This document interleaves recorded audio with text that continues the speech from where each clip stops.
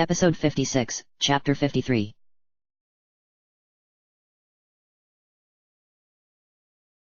Chapter 53. Link stepped up to the wall, looking out at the expanse before him. Beside him, soldiers shuffled anxiously. Armor clinked. He thought that he heard someone praying. Praying to whom?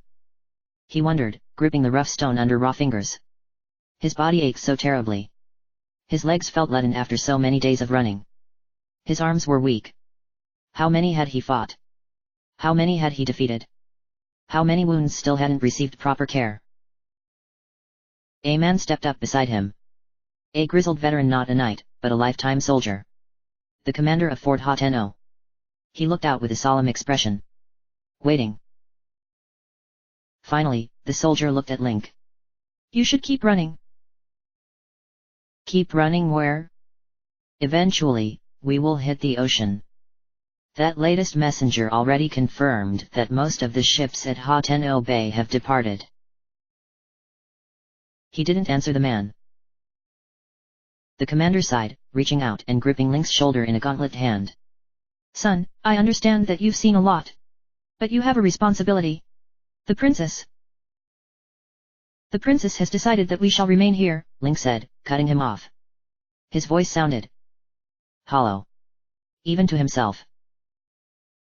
The commander squeezed his shoulder even more tightly. Then perhaps you should force her. From what you've told me, she is all that we have left. Ruined. Everything ruined. Castle town, destroyed. Everyone dead. Father. Errol. The castle in shambles. The kingdom. Dead. Link closed his eyes tightly, taking a steadying breath. He finally forced himself to look at the commander, meeting his eyes. This was once my home. He was silenced as another man further down the wall cried, Guardians! They're coming! Link's head snapped back to look out. Distantly, on the other side of the enormous field, like a swarm of ants pouring out of a disturbed anthill, guardians began to appear. Large and small, they crawled out of the gap between the dueling peaks.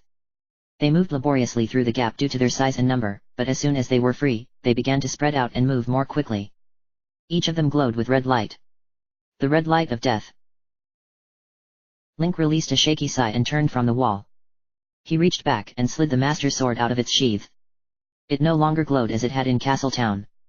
And, worryingly, he had begun to notice nicks in several places along the blade. Had it ever gotten even as much as a scratch on it before? It seemed fitting, in a way. As he made his way down the stairs, he saw Zelda, still in her stained prayer dress. They hadn't even had a chance to find her a fresh change of clothes, in all this time. Of course, Link's own stained and ripped tunic wasn't in any better shape. As he met her eyes, so beautiful, yet so hopeless, a thought suddenly appeared in his head. Maybe they should run. The ships at Ha-Ten-O Bay were gone, true, but what about further south? Perhaps Lashlo Harbor or Pomeray still had ships left. But no. He would not leave these soldiers. He had already abandoned so much, he wouldn't abandon these men and women now. They would die here, and so would he. But maybe not Zelda. Zelda, She held up a hand, silencing him as he reached the ground. I know what you're going to say.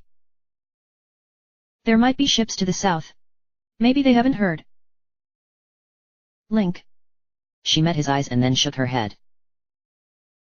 He closed his eyes, gripping his hand around the master sword tightly enough that his hand ached. Fresh pain blossomed in his chest, like icy fingers around his heart. Why couldn't he protect her?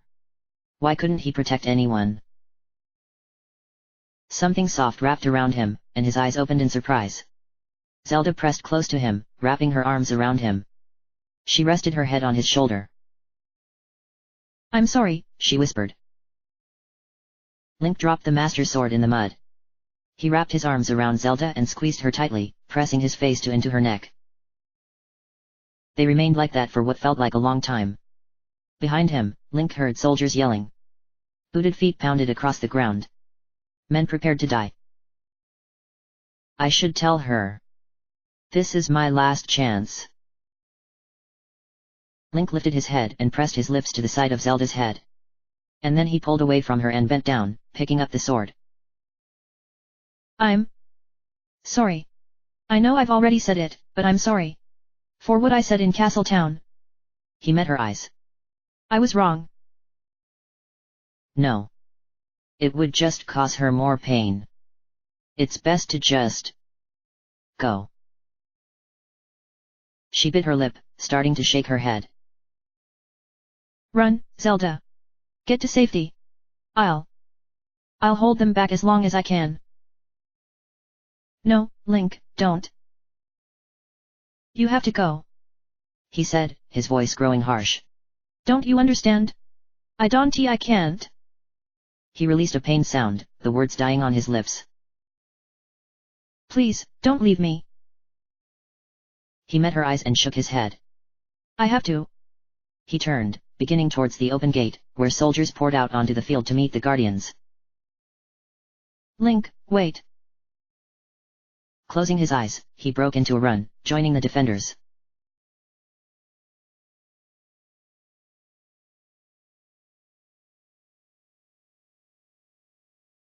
The memory flashed through Link's mind so quickly, yet its aftermath nearly made him fall off spirit. His last moments with Zelda. The loss of his family. His acceptance of impending death.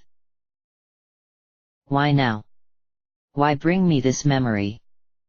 Now? He gritted his teeth, clenching Spirit's reins tightly. That wasn't the end. And neither is this. He and Spirit reached the wall, and Link leaped off, taking the wooden stairs up to the top 3 at a time. There, he found what he knew to expect. The army had broken camp. It advanced on Hateno village and massed a horde of beasts with no formation, no ranks, but deadly all the same. Someone called for archers to ready their bows, and Link looked around, finding a bow sitting nearby. He picked it up but hesitated as men and women along the wall began to release arrows at will. The shots were wild and panicked, falling far short of their designated targets. The army was still too far out of range. Wait! Link cried, waving his hands. Though some of those nearest paused to look at him, most kept firing wantonly, wasting arrows. Damn it! He swore and ran down the line to where the wall commander was. He looked like an old farmer. Where were the experienced Sheikah?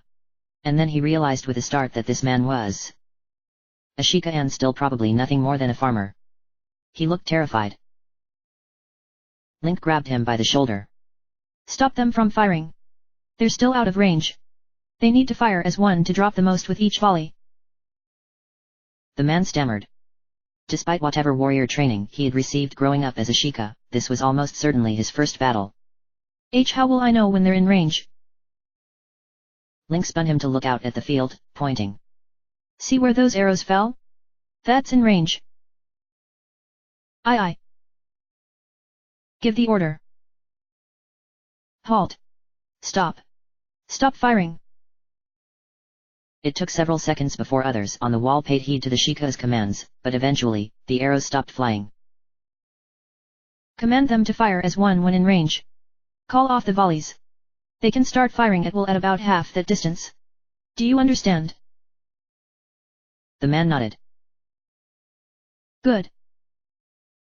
Link turned and ran along the wall to pass the same instructions to others in charge. As he did so, he got a better look at the battlefield. Farm and forest alike had been abandoned or cut down, and the horde appeared to have attacked farms further out. He could see the skeletal remains of farmhouses that had once stood. As he observed the battlefield, other things began to stand out to him. Ideas formed in his head. The mountains to the north, the Gorons, might be able to lob boulders down from there. There weren't as many monsters on that side, but it might do some damage. And if they could retake the plateaus and farmland there, they would have an even greater height advantage. Could the Zora do anything with the streams flowing in and out of town? Link hadn't discussed that with Segan. Hylia, I should have stayed here and let Sidon hunt down the Lizalfos, he thought, bitterly. I might be the only one with even a hint of knowledge about this kind of warfare. They needed more archers. And other weapons. Where were the Rito with their explosives? They would be needed soon, especially when the monsters began to bunch up as they neared the wall. He turned, searching out Tiba. He saw the Rito in conference with several other warriors not far away on the ground. Link cupped his hands over his mouth. Tiba. Tiba paused, looking back around and spotted Link. He nodded and then looked back at his warriors, giving them final instructions. They turned, each hurrying off in a different direction. Tiba spread his wings, giving several powerful flaps to arrive on the wall beside Link. Do you have more of those explosives? Link asked, when Tiba landed. Tiba nodded. Yes.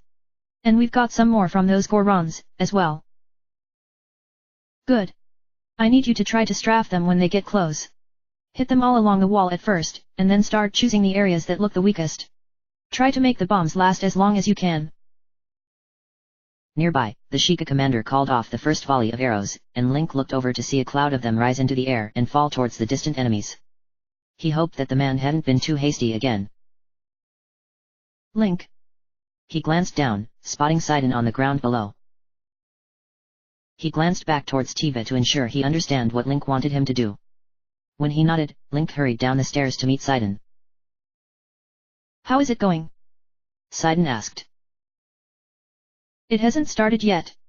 Sidon, are your people watching the waterways in and out of town? Yes, of course. Good. Try to see if they can get some good vantage points to rain arrows down, too.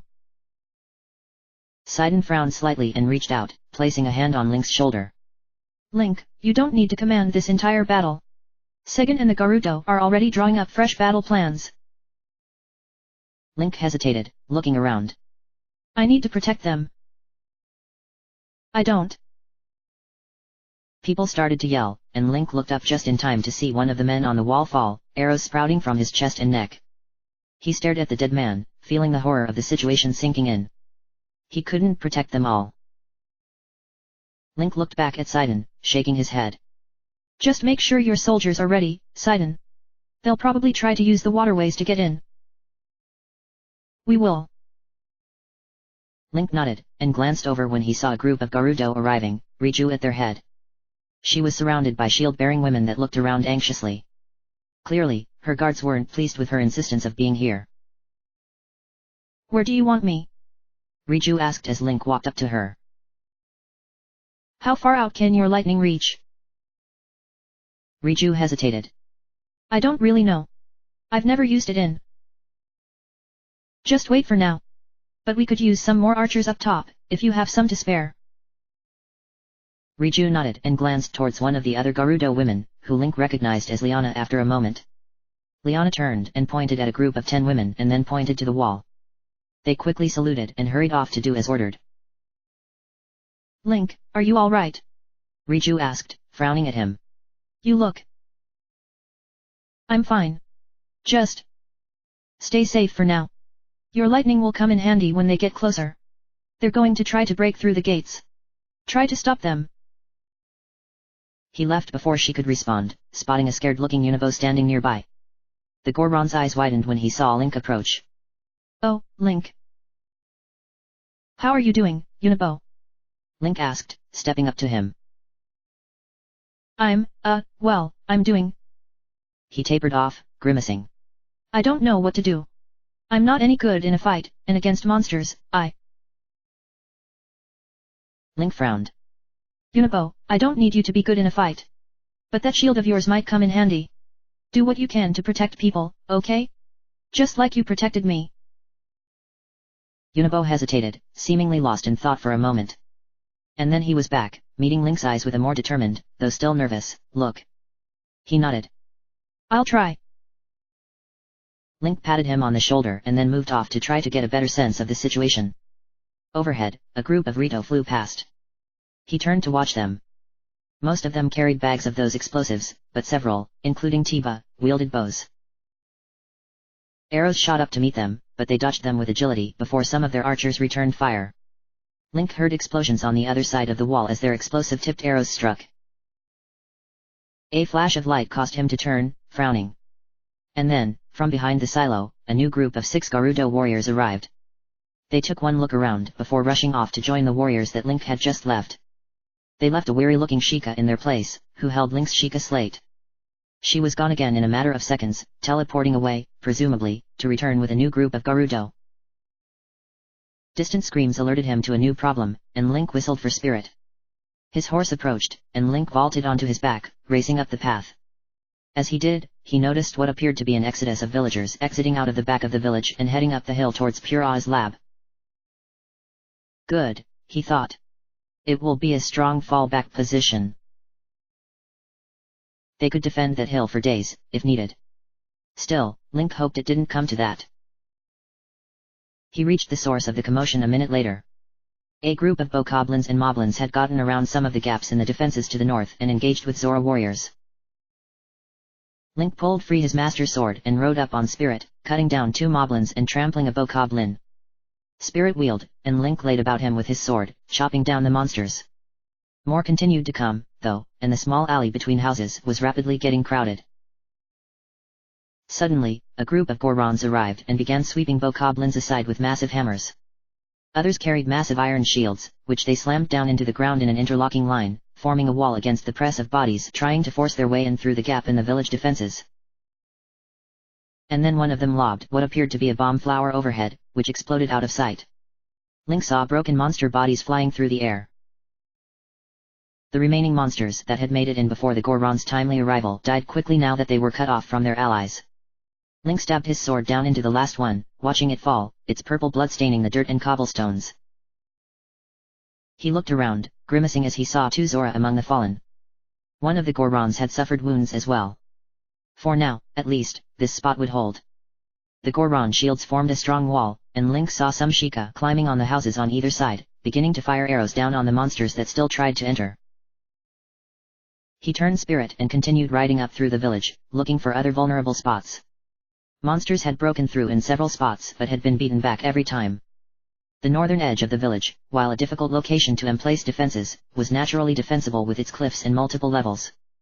There wasn't a lot of room on the uppermost plateau, and the monster army couldn't bring enough of its force to bear to overwhelm the defenders here. Maybe it's not as bad as I feared. He turned, surveying the village from his vantage. They were holding. To the west, archers shot arrows down into the oncoming army, and along the north, defenders fought with swords, spears, and shields. Maybe we could attack there. If we can push them off the northern plateau entirely. Lightning flashed, and Link looked back towards the gate. A large number of archers had gathered right next to the gate, and Riju had joined them, wearing the thunder helm. She had her hands stretched to the sky, and Link saw a hazy bubble of electric energy around her. As he watched, more lightning struck out, each crashing down with a thunderclap. He felt a surge of pride watching her, though he wasn't quite sure why. And then he saw the large, single-eyed head rise up on the other side of the wall. Riju stepped back, and her warriors rushed to her aid, stabbing out towards the giant creature's eye. It reached one massive, blue-skinned arm up, however, and grabbed one of the Gerudo around the waist. It tossed her over its shoulder. Link spurred Spirit into motion, racing down the village pathway, his heart pounding.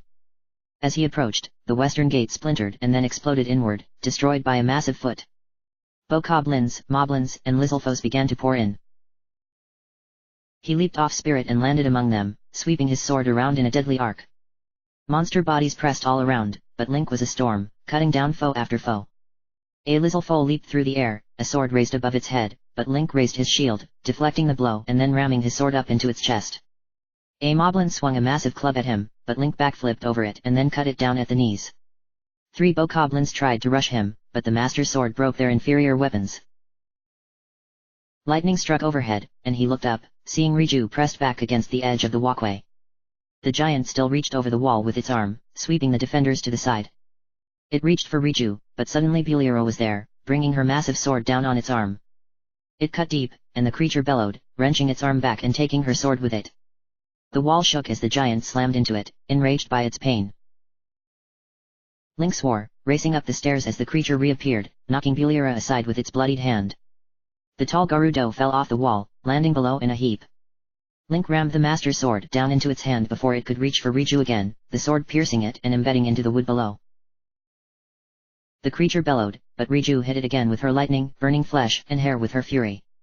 He could hear her screaming something in Gerudo as she did so. The lightning, however, did not seem to affect the giant monster very much, outside of angering it further. Still holding onto his sword, trying to keep the massive hand pinned, Link looked around for any other weapons he could use against the giant. One of the Gerudo's swords lay discarded nearby, and he suddenly had an idea. Link wrenched the master sword out, and the giant stumbled back. Now that he was atop the wall, he could see it better. It was large and fat, with 2 arms, each as long as a tree, with white ears and a single horn atop its head over its yellow eye. It slammed a shoulder against the wall, and Link heard the wood splinter. He grabbed up the discarded Gerudo sword in his right hand and waved at it. Here. I'm right here. It reached for him again, and Link moved deftly out of the way. It roared in fury and reached again, but Link leaped up onto its wrist and off on the other side, leaving a pair of shallow gashes in his wake. It tried to enclose him in its hand, but that only earned it a sword stabbed into its palm. As it grew angrier, it grew even more reckless, sweeping its arm this way and that. Its eye got closer. And Link struck. He jumped up onto its arm and ran several steps up its forearm before planting the Gerudo sword deep into its large eye. The creature bellowed in agony and recoiled. Link jumped off of it, landing back on the wall in a painful roll. Riju! Hit it in the eye. The sword. Link said, standing back to his feet. Riju looked at him, her mouth hanging open, and then she nodded.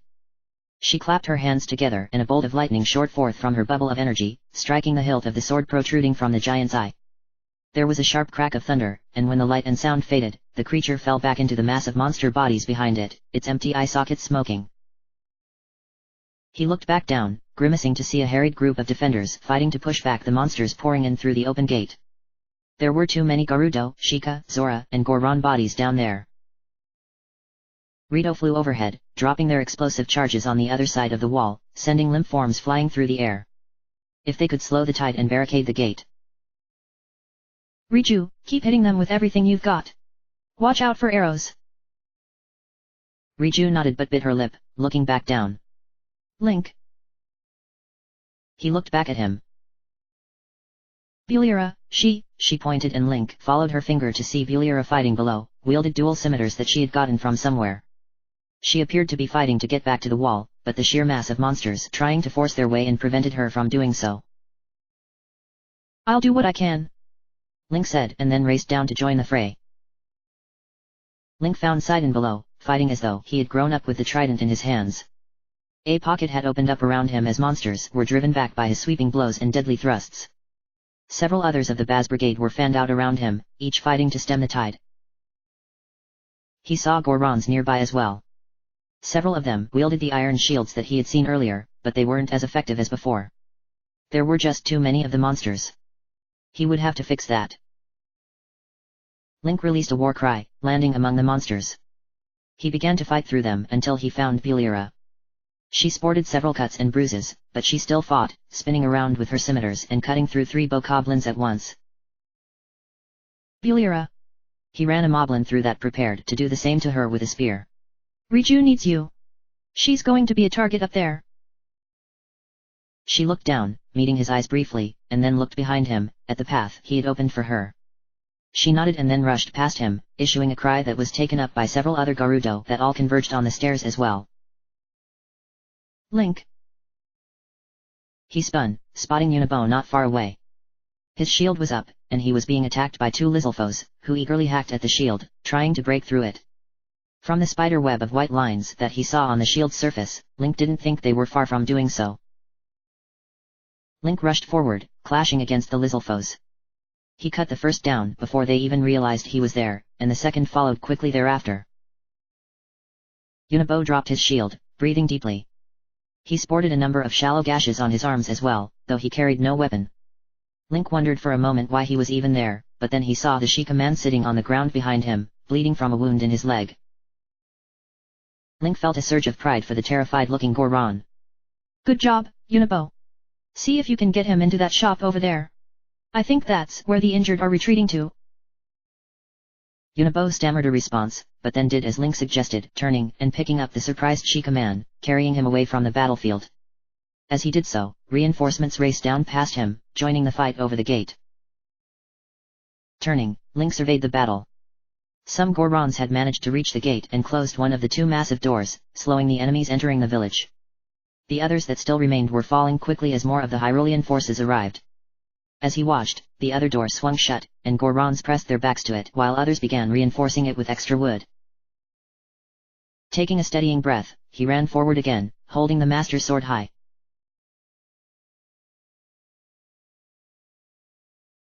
The battle progressed for hours.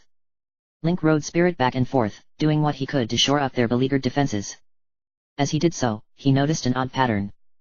When he showed up, the tide of the battle turned. It wasn't just his own combat prowess, either the others fought differently when he was around. Whether they were Hylian, Sheikah, Zora, Goron, Rito, or Gerudo, his presence made a difference.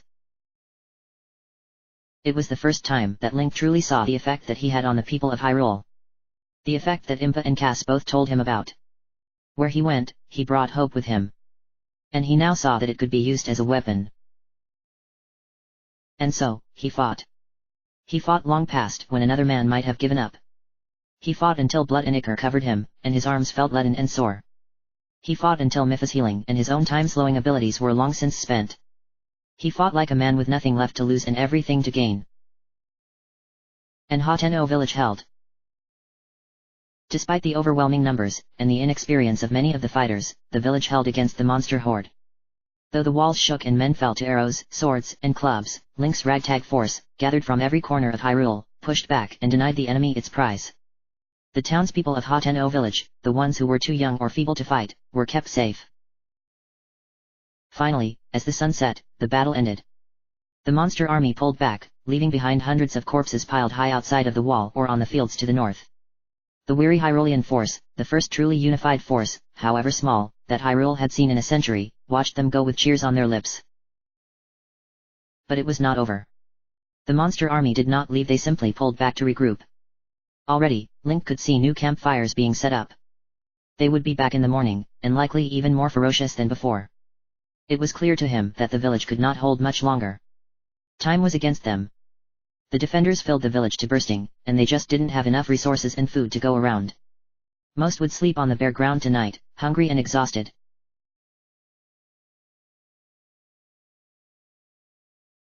We need to strike back, Link said as he walked into the inn. Inside, their small army's leadership stood around the map, discussing new battle plans. Somewhere along the way, Bluto had arrived, along with a new contingent of Gorons. They had been a welcome addition to the battle. Others around the floor map were Segan, Teak, and Tiba. Teak looked up at Link, eyebrow raised. And how do you propose we do that? He had been thinking about it for much of the day. It was risky, but he thought that, if successful, it would severely hinder the monster army. We retake the northern plateaus, he said, pointing to where a great deal of the farmland had once stood, before the enemy had taken up positions there. If we could lead a force out here and hit them when they're not expecting it, then maybe we can force them off. Then we could rain arrows down on almost the entire army uncontested. She shook her head. That would be suicide. You would be too exposed. Everything I've done since waking up 3 months ago has been suicide. Segan frowned at him. Yes, but all it would take is one well-placed arrow to bring you down. And then where would we be? Tiba snorted. I doubt that. Link glanced at Tiba, smiling slightly, and then back towards Teak, who had the most experience actually commanding armies in battle. Segan, for all his years, rarely had to deal with anything more than skirmishes against Lizalfos. Teak had recent experience against the Yiga, and she had been forced to fight against warring Gerudo tribes as well. Look, we've got those horses from the desert now. I think that we ride out on our horses and hit them here. He pointed to a spot. Maybe we put some Gorons up on the ridge here and see if they can break some boulders loose. He looked at Tiba. Use the Rito to soften them up. And Zora can come up out of this pond. They can use the same tactic that those Lizalfos tried doing on us a few hours ago. Perhaps it was his growing reputation as an unstoppable force on the battlefield, or perhaps it was the fact that each of them had, in the past, tried to stop him from achieving his goals and failed, but no one argued with him. Satisfied, he stepped back from the map. They could figure out the logistics. For now, he wanted to rest. His legs felt ready to give way. He approached the stairs and made his way up to the second level of the inn, where he knew the Sheikah elders had made their headquarters. He opened the door to one of the rooms, finding that the bedroom had been converted into a kind of laboratory. Since Pure Oz Hill had been largely taken over by the villagers, she had brought many of her notes and materials down here, to work in a semblance of privacy. Robbie was in there with her, as was Impa, though he knew she had spent most of the day working in the triage tent that had been erected nearby. Paya wasn't there currently, but Link had seen her around not long ago. She had spent some time fighting at the wall, but when she grew weary, she had retreated to the triage to assist Impa and the others helping the injured. Pura glanced up when he entered, expression irritated. When she saw it was him, however, she smiled. Snap, you look terrible. Link grimaced and walked to a chair that was covered with loose sheets of paper. He picked them up, ignoring Pura's cries of protest, and set them to the side before sitting down with a heavy sigh. Impa looked at him with concern in her eyes. How are you doing? I'm still standing. Link paused. Or I was. She scowled at him.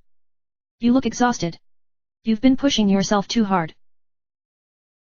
He looked at her, eyebrow raised. I don't really see how I have any choice in that matter. You fought longer than anyone else out there today. Even that Zora prince finally let his guards drag him away when he could barely hold his trident anymore. Yeah, but... He sighed and looked up towards the ceiling. How many people did I protect by doing that? How many lives were saved? How much hope did I give? Impa grunted. Eventually, you are going to have to ask yourself how much hope would be lost if you were to fall now, when you are so close to taking this land back for good. Oh, Impa, don't be so hard on him. Pura said. You know he's always been better with his sword than his brain. Let him do what he's good at. Link rolled his head on his shoulder to look at her. You just couldn't help yourself, could you? Nope. Link fell silent for a time and then groaned, sitting back up straight. So what have you found out? Pura glanced towards Robbie, who stepped forward, smiling. We might have something.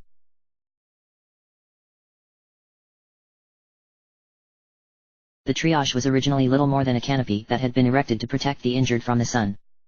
As the day had worn on, it grew, using the multicolored fabric from the nearby dye shop to build upon it. Now, it looked like a menagerie of colors and designs, and it was filled with an assortment of people just as varied. Link wasn't sure if he wanted to come here. Honestly, he didn't know what good he could do. Yet, he went anyway. These were the people that he hadn't been able to protect. These, and of course, the dead, who were gathered elsewhere. He hadn't dared go there yet. He feared that he might recognize some of the faces. There were no beds, so the injured lay or sat on the ground, being tended to by a group of men and women, many of them too old or young to fight, most from Hateno village, though some had been brought from the other races' homes as well. Healers and physicians that knew the specific physiology for each race were invaluable. As Link entered, he saw Riven being tended to by Dunma, his daughter. Riven's arm now ended in a stump just below the elbow, courtesy of a Lizalfo that had attempted to kill Sidon when his back was turned. Sidon was there, too, kneeling beside Riven and speaking to him softly. He appeared to take the injury of his friend with some difficulty, and Link could remember their first meeting, when Sidon had put himself in danger by tackling the other Zora out of the electrified puddle. The prince was close to his guards, they were friends with each other, yet it didn't ever seem like there were questions of duty. Seeing them made Link feel irritated at his past self's concerns over duty with his friendship with Zelda.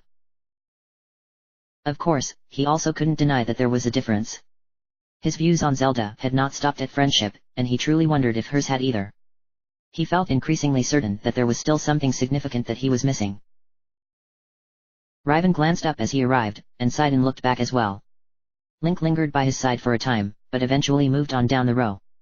As he walked, he began to overhear some of the conversations around him. Thought I was a goner for sure, but then this Goron was standing over me. And then this strange colorful thing surrounded us. It kept those monsters from getting. Can't believe that so many came to our aid. Would have overwhelmed us, were it not for Link. He looked around and spotted Paya nearby. She was no longer dressed in her warrior's garb but wore her Sheikah robes. She stood up from kneeling by a Sheikah man, and he stepped over to her. How are you doing? He asked. Paya looked as exhausted as he felt, and he reminded himself that she had been assisting Pura with her research before the battle had even begun. She had had almost as long a day as he had. I am all right, she said. Grandmother says I should rest, but... She glanced down. Link didn't immediately recognize the Sheikah man on the ground. A bandage covered one eye and most of his head, and his arm was in a sling. A moment later, however, Link realized that it was Dorian. He slept on the ground, chest rising and falling rhythmically. Is he going to be all right? He couldn't help but to think of Dorian's 2 daughters. They'd already lost their mother to Ganon's minions, would they lose their father too? Paya bit her lip. I think so. His injuries aren't as bad as some others. But he was knocked unconscious in the battle and hasn't woken up yet. I'm sure he'll be okay. Impa's right, Paya, you look exhausted. She looked up at him and blushed. You look just as tired as me. He chuckled. I'll give you that. And I'm going to rest soon. I just wanted. How could he explain it? He had felt it the moment that he stepped into the tent. The hope that his presence brought, even to these injured men and women. He had not come to talk to each of them or to promise them that he would keep them safe. No, he had simply come to be seen. So that they would know he still stood, still fought. It was all he could give them. You weren't injured at all today, were you? Paya asked, looking him over quickly. He had finally changed out of his bloody tunic and washed his face and arms. His boots were still stained, however. Oh, I had a few injuries, he said, smiling faintly. But I was given a gift by an old friend that helps me recover from them more quickly than most. He wondered if there was a way he could use Mipha's healing abilities here. Her power had not just been a method to heal her own injuries, but one that could be used to repair others' broken bodies. He had never learned how to do that himself, however, and now he thought that was a shameful oversight. Maybe. But no. He could feel it within him. The exhaustion that indicated that he was spent. Even if he knew how, he doubted that he would be able to use that healing ability again anytime soon. A soft musical note suddenly floated through the room, and Link turned, spotting Cass sitting on the floor some distance away, playing his concertina. How long has he been here? He's been coming and going. Paya stepped up beside Link to watch Cass play. He helps a lot. He keeps telling stories, too. She looked at him, suddenly embarrassed. About you, actually. Of course, he is, Link said, smiling wryly. Other stories, too. He knows stories from each of the race's history. I've even heard him tell some tales about the Sheikah that I thought only grandmother remembered. Heroes from ages ago. He nodded. His teacher was a Sheikah court poet from before Ganon. It doesn't surprise me that he would know some Sheikah tales. He's very kind. He is. Link looked back to her and reached up, placing a hand on her shoulder.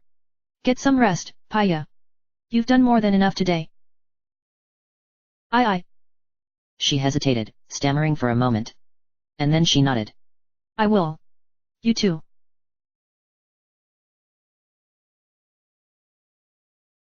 Link crashed into the confused Bokoblin camp, swinging his sword about him while riding atop Spirit.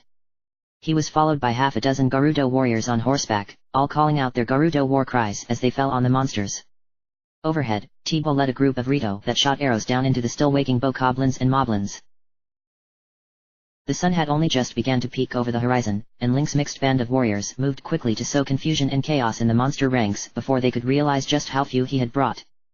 In another area, Zoro leaped out of the Zelkoa pond, attacking the Lizalfos camp there, and Gorons rolled huge stones down the lower slopes of the Maldorna mountain. He heard a horn blow in the distance before it was abruptly silenced. Grimacing, Link wheeled Spirit around, just in time to see a Moblin swinging a club towards him. He threw himself back, flattening himself against the saddle, and the club passed just overhead. Thrusting his sword out, he managed to pierce the Moblin just under the arm, causing it to cry out in pain and back up, right into a large, Gerudo claymore. Link nodded to the Gerudo that had come to his aid and kicked Spirit into motion, riding down another Bokoblin. All around him, the battle raged. Some of the monsters had begun to rally nearby, so Link focused his efforts there. He sheathed his sword and pulled out his bow, firing off a quick pair of explosive-tipped arrows that sent bodies flying. Tiba's Rito followed this up with a series of arrows of their own, leaving the line broken and panicked. He charged, again wielding his sword to great effect, cutting down monster after monster. Something crashed down nearby, and he looked over, confused to see an uprooted tree rolling to a stop. He whirled around and spotted one of the giants, a Hinox, as explained to him yesterday, walking towards him, its eye bloodshot and angry. Where did they get another one of those? He wondered, grimacing. He leaped off of Spirit and smacked the horse in the rump. The horse wouldn't be as much help against a creature like that. When his horse was clear, Link stood ready, sword in hand, watching as the giant approached. A shadow passed overhead, and suddenly it was peppered with arrows from the squad of flying Rito. As it roared in irritation, Link sprinted forward, sliding between its legs, and hacked at its unprotected calves. It had incredibly thick skin, but the master's sword still cut deep, severing muscle and sinew. The Hinox went down on its knees, bellowing in pain, and swept behind it with one massive, meaty arm, trying to catch Link. He dodged the blow, however, and sliced at the beast's exposed back and sides. Here, he didn't do as much damage, as he had to cut through quite a bit of fat to get to the internal organs. It tried to rise again, but stumbled. Link had managed to sever the tendons connected to its heels. As it fell forward, bracing itself on its hands, Link jumped, grasping onto the back of the animal skin vest that it wore. He plunged his master's sword down into its back for additional leverage, and the Hinox immediately straightened, bellowing and thrashing.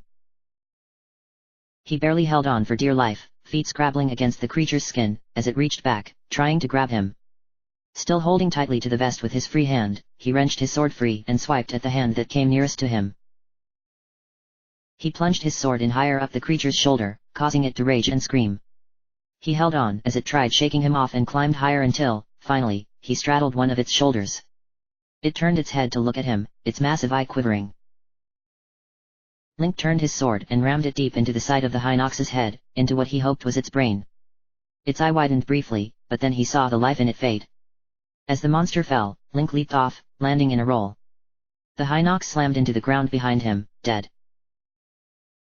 A Gerudo rode past, ululating, and Link looked around. He saw Spirit nearby, pawing the ground anxiously. He whistled, and his horse approached quickly. Once back in the saddle, Link looked around. The area around him had cleared of monsters for the moment. The bokoblins had remained clear of the Hinox. They had a habit of throwing anything they could get their hands on, including other allies, and now that it had been dispatched, they did not seem very interested in approaching Link. The battle was going well. The multifaceted attack, though consisting of a relatively small force, gave the appearance of a large push and prevented the different camps from allying together to fight. Even as he watched, a group of bokoblins broke, turning and running before a pair of Gorons wielding hammers. He heard a battle cry behind him and turned to see a new group of warriors, a mixture of Hylians and Sheikah, running towards the monsters on foot. They clashed with a group consisting mostly of bokoblins and moblins. Link turned Spirit and charged towards this group's flank. Distracted by the newcomers, the monsters didn't even notice him coming up to their side until it was too late. Yes, they were winning. They were. Distant explosions.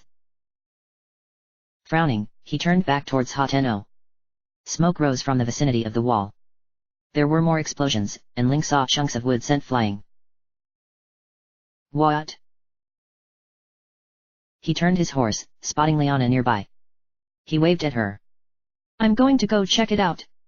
She nodded and wheeled her own horse, a tall, lean Gerudo breed, around, ululating and leading another charge towards a group of monsters that had begun to set up a defensive line.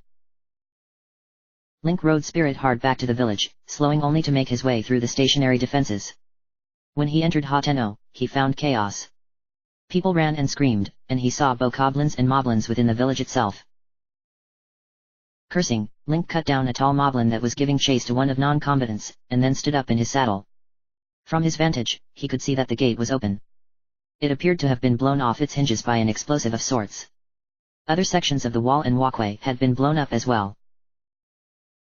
Dreading what he would find, Link rushed for the crowd of monsters trying to push their way in. He leaped off Spirit and landed among them, joining the defenders as they desperately fought to stem the tide. More explosions. The arch that held the gate itself splintered and collapsed, giving Link a better view of the army of monsters outside of Hateno village. There were fewer of them now, but still far too many.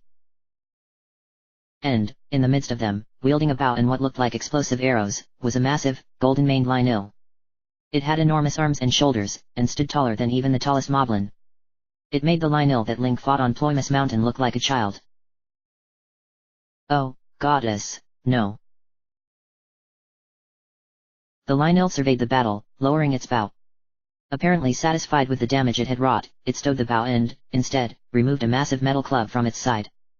And then it began to charge. Get back! Link cried, but too late.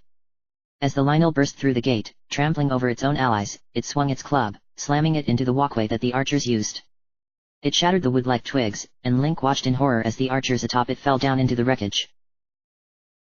The Lynel continued on its warpath, swinging its club in huge arcs, knocking aside fighters with complete disregard for who or what they were.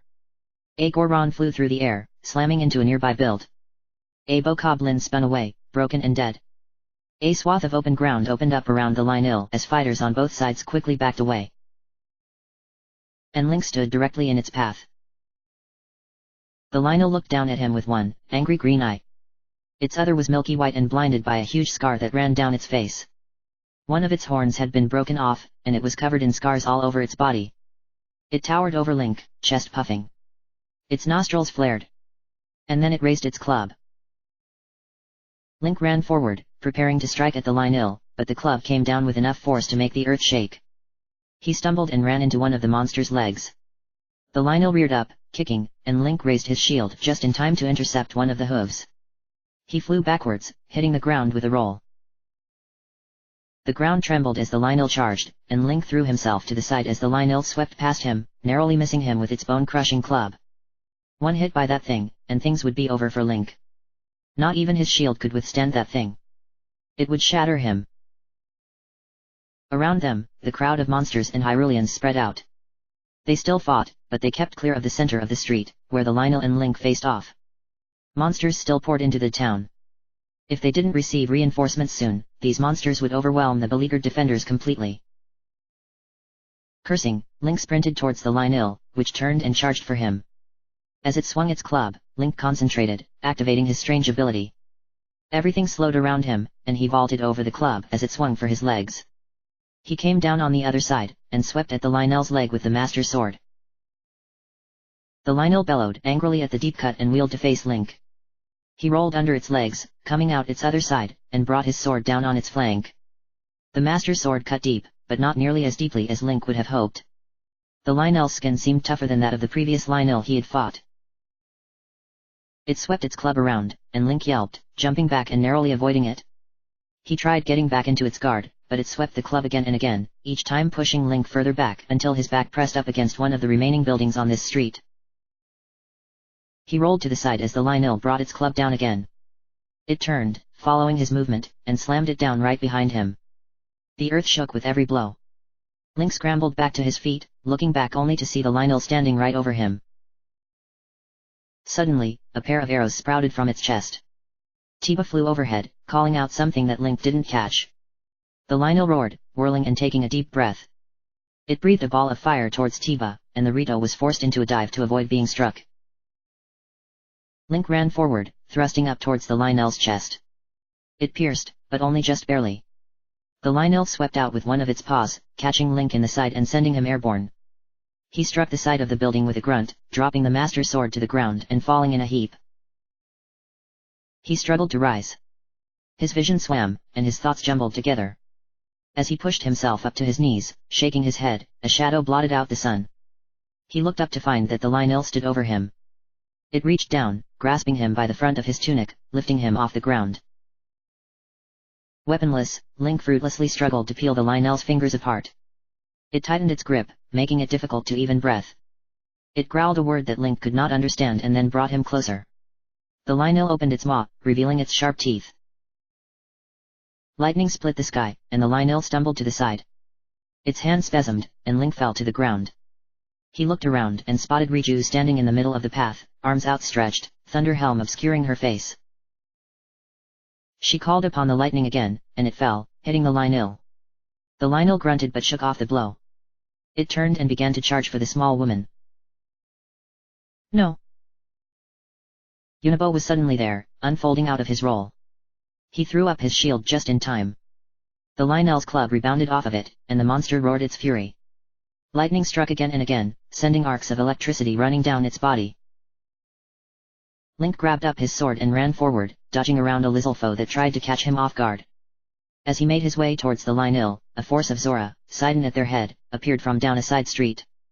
They fanned out, boxing the great beast in with their spears. The Lionel roared, rearing up and spinning. It swept its club out, but the Zora deftly moved back while Sidon moved in, jabbing it under the ribs with his trident. The Lionel howled in pain and whirled, but when it did so, another Zora stabbed it in its flank.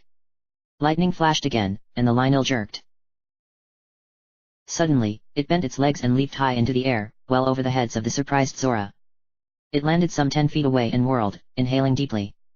It breathed a massive ball of fire towards them, and the group of Zora scattered. Link threw himself to the side as the flames passed him, crashing into another building and setting it ablaze.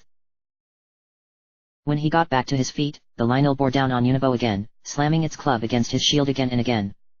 Finally, the shimmering shield shattered and faded away. Unibo stumbled back, mouth open, and the Lionel grinned.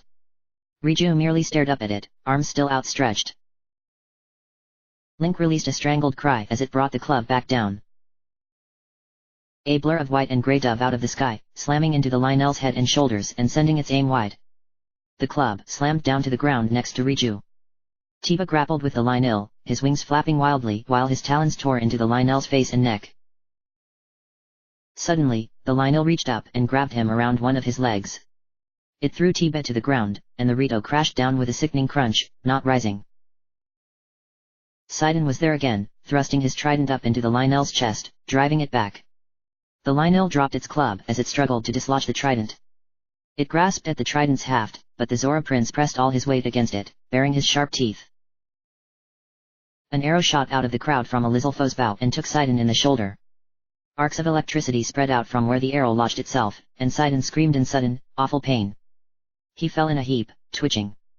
The Lionel wrenched the trident free and turned it over, preparing to drive it down into the prone Zora. Link thrust the Master Sword up, into the Lionel's belly. It stumbled back, startled at his quick approach. It swung the trident around, but he ducked under it and ran to the Lionel's blind side, ramming his sword up into its flank. The beast shuddered at the deep wound and stumbled to the side, turning. As it did, however, Link rolled under its feet and came out the other side. He sliced at the Lionel's front leg, and that leg buckled. The trident clattered to the ground as the Lionel braced himself with its arm. Link didn't give it time to rise. Instead, he jumped onto its horse-like back and rammed the Master Sword in through the back of its upright torso and out the front. The Lionel stiffened. Link wrenched the sword free and then swung it, two-handed, at the beast's neck. It did not decapitate the Lionel. But it came close enough. As blood gushed from its neck wound, the Lionel pawed weakly, trying to stem the flow. It released a choked sound, its arm growing limp. Link jumped down from its back as it died, hurrying to Sidon's side. His Zora companions had gathered around him. The arrow had been removed, and Sidon had been rolled onto his back. His red skin had paled, and he appeared unconscious. His chest rose and fell in shallow breaths. Grimacing, Link looked up and over at Tiba. The Rito was in a bad state as well. One of his wings bent at an odd angle, and Link couldn't tell from where he was if he was breathing or not. Riju knelt over him, thunder helm ajar on her head. Got to get them to safety. Link whirled and spotted Unibo close by. He stared at the Lionel, seemingly transfixed with it as it died. He quickly ran over to the Goron, grabbing him by the arm. Take Sidon and Tiba up to the triage, okay? I'm sorry, Link, my shield, I couldn't. Just take them, Unibo. We don't have time right now. Unibo hesitated only a moment later before nodding and turning. He carefully swept Tiba up, and Link winced at the Rito's broken wing. He hoped that Unibo would not aggravate the injury. However, there was hardly time to worry about it now. No, we'll take Sidon. Baz started, rising to his feet when Unibo approached. I need you here, Baz, Link said, cutting him off. We've got to stop those monsters from entering. No one is surviving this battle if we don't. The Zora looked ready to argue and glanced back down at Sidon. Finally, he stepped aside and let Unibo bend down, sweeping Sidon up in his other arm. Link stepped forward, surveying the battle before them. The monsters still surged forward, but the defenders were holding, albeit barely. He saw a shift, however. Some of the bokoblins that made it into the village stopped up short when they saw the dead Lionel, fear apparent on their faces. That's right, he thought, grinning coldly. We killed the strongest among you. He turned to Riju, pointing. Take cover by that rebel. Use your lightning against anything that tries to get further into the village. Understand? Riju nodded and hurried off to do as he said. Link turned to one of the Zora and pointed. Go with her. Make sure nothing tries to sneak up behind her. The rest of you let's go. With a battle cry, they charged.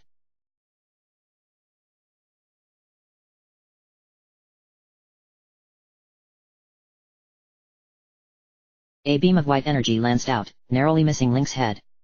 He spun, looking for the guardian that had fired it. It was one of the stalkers. 2 of its legs were missing, it still moved, lopsided, but upright. Link turned and ran towards it.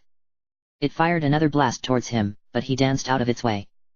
His shield was long gone, having finally broken into pieces of molten metal after being struck with so many blasts. He was upon the guardian before it could fire again, swinging his master sword. It collided with the one of its remaining legs, but it did not cut through as easily as it had at the beginning of this battle. He swung again and, this time, the leg severed. With 3 legs missing, the guardian finally teetered and collapsed, the edge of its round face digging into the wet earth. Link stepped up on it and, just as its head swiveled to face him, he rammed the master sword into its pulsing blue eye. He leaped free, turned, and ran away from the guardian before it exploded. How many had he destroyed now? How long had they even been fighting?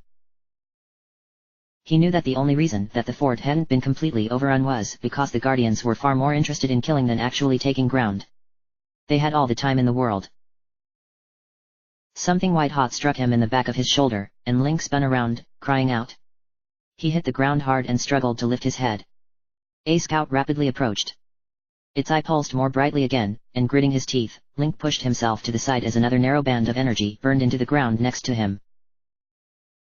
He threw himself to his feet again and transferred his sword to his right hand.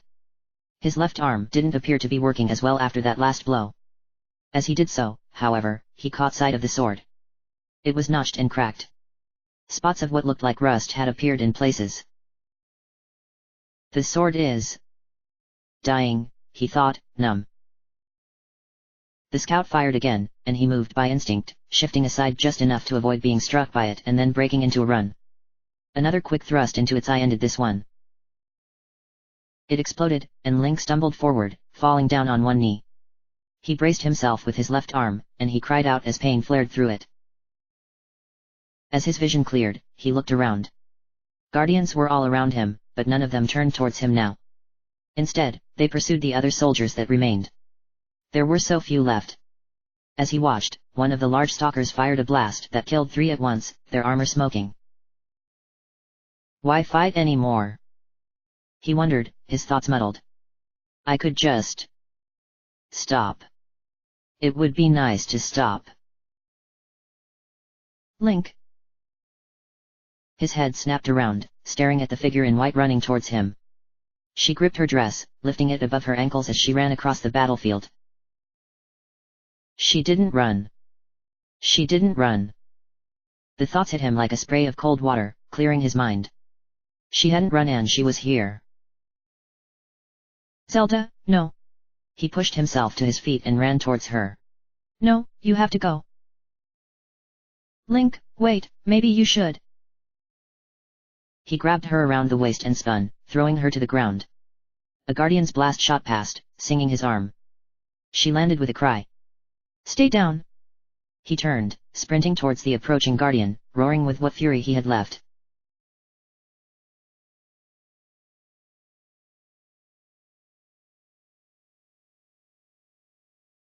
They're running. They're running. Cried one of the Rito as he swooped down low. Link cut down the Lizalfo he fought and then looked up towards the Rito. He spared another glance around him but didn't see anyone in immediate need of his assistance. In fact, there were very few monsters left around them, and those that were still around were quickly being surrounded and slaughtered. He turned and ran to the gate. A stack of old furniture, tables, and bodies had been piled where the doors once stood. It was an imperfect barricade, but it had slowed the flow into the city. Eventually, more soldiers from the northern push had arrived as well. His plan had worked. Even without his assistance, they had succeeded in pressing the enemy enough that they had been forced to flee from that area as well. And now, if they were fleeing here... He carefully climbed some of the pieces of refuse. Much of it was sticky with bokoblin and lizalfo blood, but he was already coated with the stuff, regardless. Once he reached the top, he saw. The monster army had been decimated. It had lost so many the day prior, and today was even worse, as it had overcommitted at the gate. And now... they ran. The army's broken remains, a quarter or less of what they once had, fled down the hills and into the valleys. They had won. A cheer went up among the Hyruleans, and Link laughed, raising his master's sword into the air. Some applause broke out. The last of the monsters in the city were put down, one by one. Men and women embraced. Wept. Laughed. Mourned. It was over.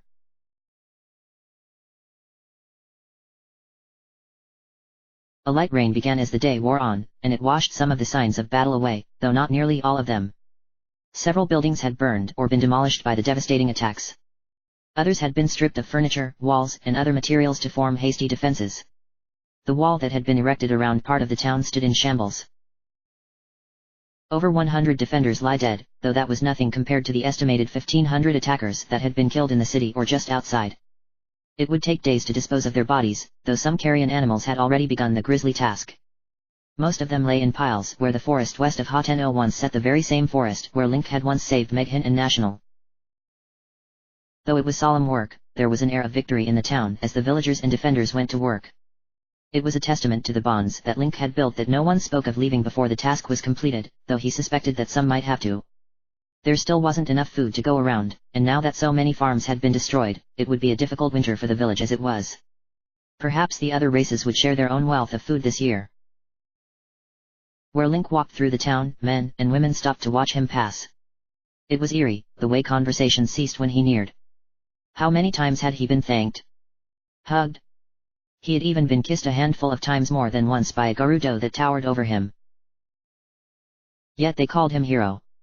He had led the charge that retook the north. He had stood at the front of the gate's defense. He had killed the enemy's champion and the one whom they believed led the army. Link's slow giants. It made him uncomfortable, but he knew that the time for worrying about his own comfort had long passed. Impa was right. Cass was right. He gave these people hope. He brought with him a passion to fight back, to retake what was once lost. And so, when time allowed, Impa had gone back to Kakariko village and returned with a fresh champion's tunic. She apparently had several made, just in case he ruined his, which he had made a habit of doing. He bathed himself clean and donned it. The picture of the Hylian champion. Or, as some had taken to calling him lately, the champion of Hyrule. He was still bothered, however, by his lack of memory. Gaps remained, particularly in relation to his last weeks with Zelda. The memories of that final battlefield stood out. Something had happened to them on that last trip to one of the Goddess Springs. An idea had hatched in his head, but he wasn't sure if Impa would approve. He turned, looking up towards the distant Mount Lanero. Could he travel there? It would still take time for the divine beasts to gather. He hadn't even had the chance to inform the other 3 champion spirits of his victory yet, so they might not even know to begin the journey to Central Hyrule. Not to mention, now Pura was asking for just a little more time, if they could spare. She was close. He might have enough time, if he moved quickly.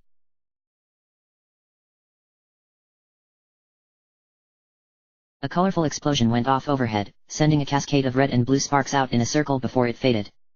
Some of the gathered crowd oohed as the Gorons launched another of their fireworks off into the sky. This one exploded with vibrant green sparks.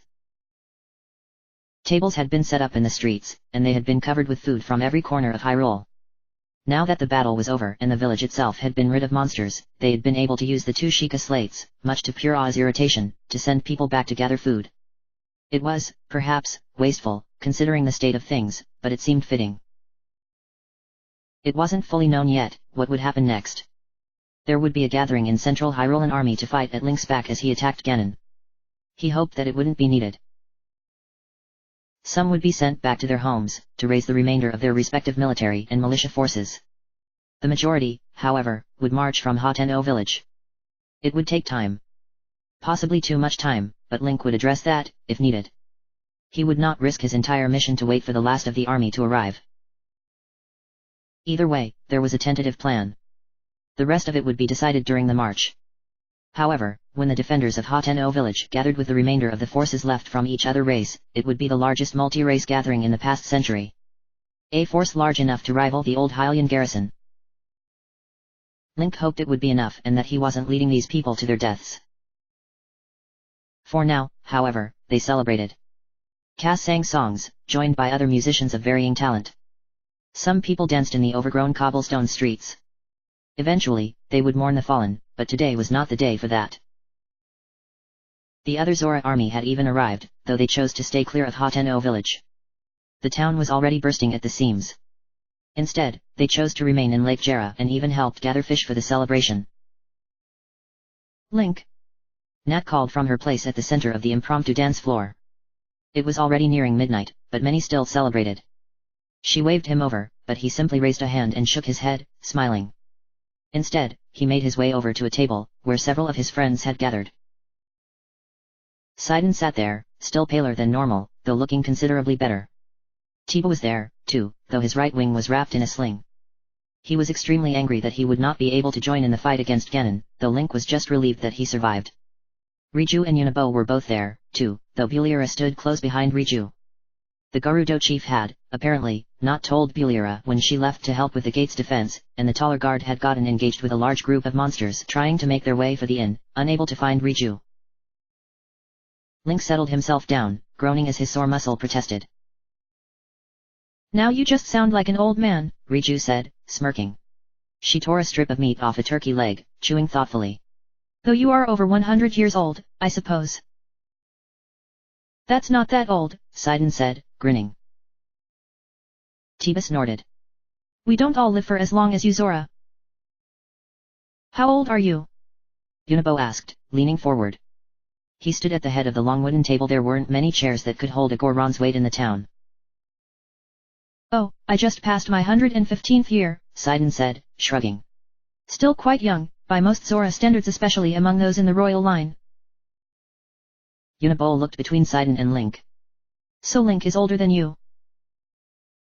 Ah. Sidon looked at Link. Would you say that? Link chuckled, shaking his head. I don't know what I'd say anymore. I definitely feel that old sometimes. And what about you, Riju? Unibo asked. Bulira growled in irritation, but Riju waved at her to stop. She looked at Unibo. How old am I? She hesitated, glancing around, seemingly embarrassed. 12. 13, next month. Really? That's... Unibo glanced around. That isn't very old, is it? Riju sank down slightly. No. It's not. I have a son nearly that old, Tiba said, looking up. The clouds had finally begun to break, revealing the stars overhead. You act a lot more mature than he does, though. He looked back down at Riju, fixing her with his difficult-to-read stare. I figured you were older. Riju sat up a little straighter, and Link couldn't help himself but to smile. Tiba, for all his gruff exterior, had a softer side. You know, my, sister was about the same age, too, Link finally said, looking at Riju. He paused. You remind me of her sometimes, actually. Riju tilted her head slightly, looking at him curiously. How so? She was mischievous and liked to get into trouble.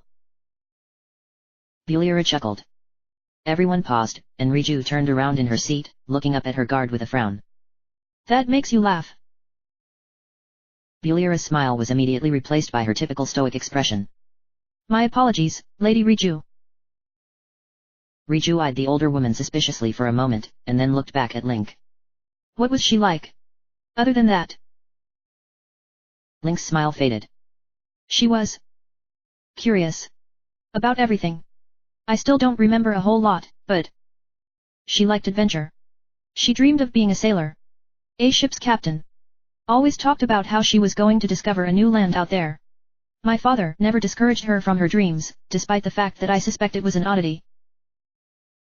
I didn't know you had a sister, Sidon said. A lump formed in Link's throat. Neither did I, until recently. What happened to her? Unibo asked. Link didn't answer at first. As the silence stretched, Tiba reached out with his good wing and smacked Unibo on the arm. Isn't it obvious? The Goron frowned for a moment, and then his eyes widened. Oh. I'm sorry, I didn't. Link shook his head. It's all right. I'm just still coming to terms with everything. A couple weeks ago, I didn't even know I had a sister, much less anything about her. But now, sometimes it feels like I just lost her. There was silence for a few moments before Sidon cleared his throat. I can understand how you feel, in a way. Link glanced up at him. I don't have a lot of memories of Mipha from when I was younger. Though I was 15 when she passed away, that is not old by Zora standards. But now that I've spent time with her spirit, on Ruta, I've come to realize just how much I missed without her around. Unibo nodded quickly. I've been spending a lot of time with my grandfather, as well. Daruk. He's been teaching me a lot. How to use my shield better, how to control Rudania, where the best rock roasts are. He's been teaching you how to control Rudania? Link asked, surprised. Oh, yes. He says that, once Ganon is gone, he thinks that he will have to go. Asked me to take over for him as, champion. Mipha said something like that, Sidon confirmed. She asked me if I would like to take over Ruta when she's gone. That gave Link pause. Would they even need the divine beasts after this? They were created for the purpose of defeating Ganon. Once that purpose had been served, what would they do with them? Or with the Legion of Guardians, for that matter? Damn, Tiba said, scowling.